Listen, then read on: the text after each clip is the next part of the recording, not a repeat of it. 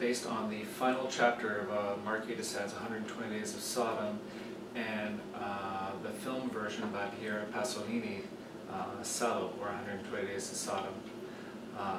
And what was important about this final scene as it relates to these instruments is that several of the libertines remain on the inside of the chateau, while on the outside their colleagues are performing violent and sadistic acts upon the victims of the story. As well as one of the storytellers remains inside to play piano.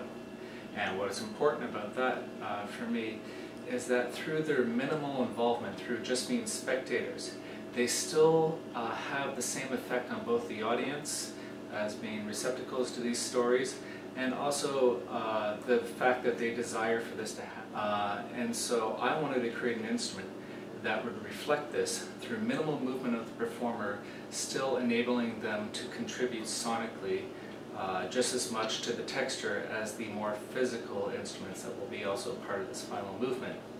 And so the way that I've done this is through analog sensors. In this case I have two proximity sensors and an FSR, two proximity sensors, and the proximity sensors are placed on the back of chairs. Turn off the sound for a second. And what I've done is I've attached them to hooks here. And this is the FSR right here. These sensors run themselves through an Arduino microcontroller, which then goes into Max MSP, visual programming. And so what I had to do for the Arduino is I had to create a shield for it, and from this shield I further attached XLR cables. I wanted the XLRs for stability and for their ability to lock, and so this is all cased inside a nice little cigar box.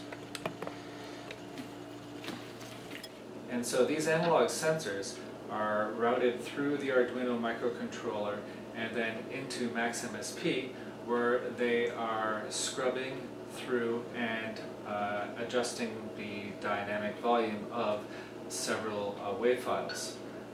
For now I have just some prototype WAV files that are some old performances of myself, but for the actual performance what I will be doing is using WAV files of recordings from earlier sections within the entire work, and this way the performers are dealing with memory as well as minimal movement.